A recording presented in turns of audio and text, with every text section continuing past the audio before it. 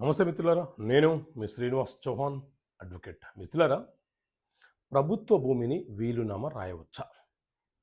ఇలాంటి సందర్భము, ఇలాంటి ప్రశ్న ఎందుకు ఉత్పన్నమవుతుంది అని అంటే, మిత్రులారా, మన దేశంలో పేద ప్రజలు, అట్టడుగు బలహీన వర్గాలు ఏవైతే ఉన్నాయో వారి జీవన ఉపాధి కోసం, వారు వ్యవసాయం చేసుకొని బ్రతకడం కోసం చాలా గ్రామీణ ప్రాంతాలలో చాలామందికి ప్రభుత్వము 2 ఎకరాలు 3 ఎకరాల లోపు భూములను ఇచ్చింది. అలా ఆ భూములను ఇచ్చి ఆ భూమితో పాటు ఒక పట్టాను జారీ చేసి ఆ పట్టాలో కొన్ని అంశాలను కూడా ప్రస్తావించింది. ఈ భూములను తరతరాలుగా అనుభవించాలి, ఈ భూములను ఎట్టి పరిస్థితుల్లోనూ అమ్మకాలు కొనుగోలు చేయడానికి అవకాశం లేదు, ఈ భూములు ఎవరి వద్ద తాకట్టు పెట్టడానికి అవకాశం లేదు, ఈ భూములు గిఫ్ట్ డీడు, సేల్ డీడు లాంటివి, అలాగే వీలునామా లాంటివి చేయడానికి అవకాశం లేదు. ఇలా కొన్ని కండిషన్లను కూడా ఆ పట్టాలో విధించడం జరిగింది.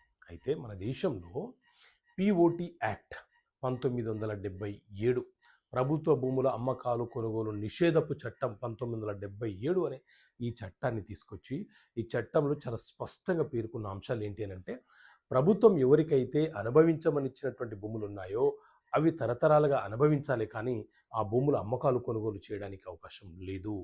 ఆ భూములను అమ్మినట్లు తెలిసినా ప్రభుత్వం తిరిగి ఆ భూములను స్వాధీనం చేసుకునే అవకాశం ఉంటుంది.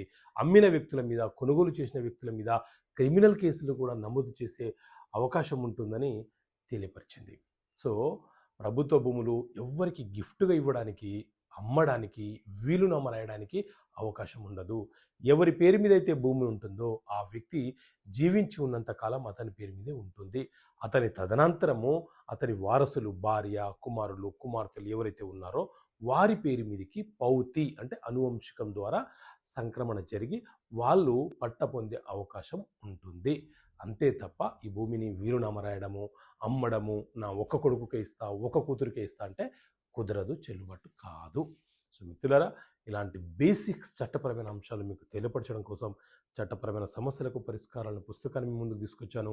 ఈ పుస్తకం కావాలనుకుంటే ఇక్కడ కనిపిస్తున్న నెంబర్ కాల్ చేసి పుస్తకాన్ని మీరు పొందవచ్చు. ఓకే మిత్రులారా, థ్యాంక్ యూ. జై హింద్.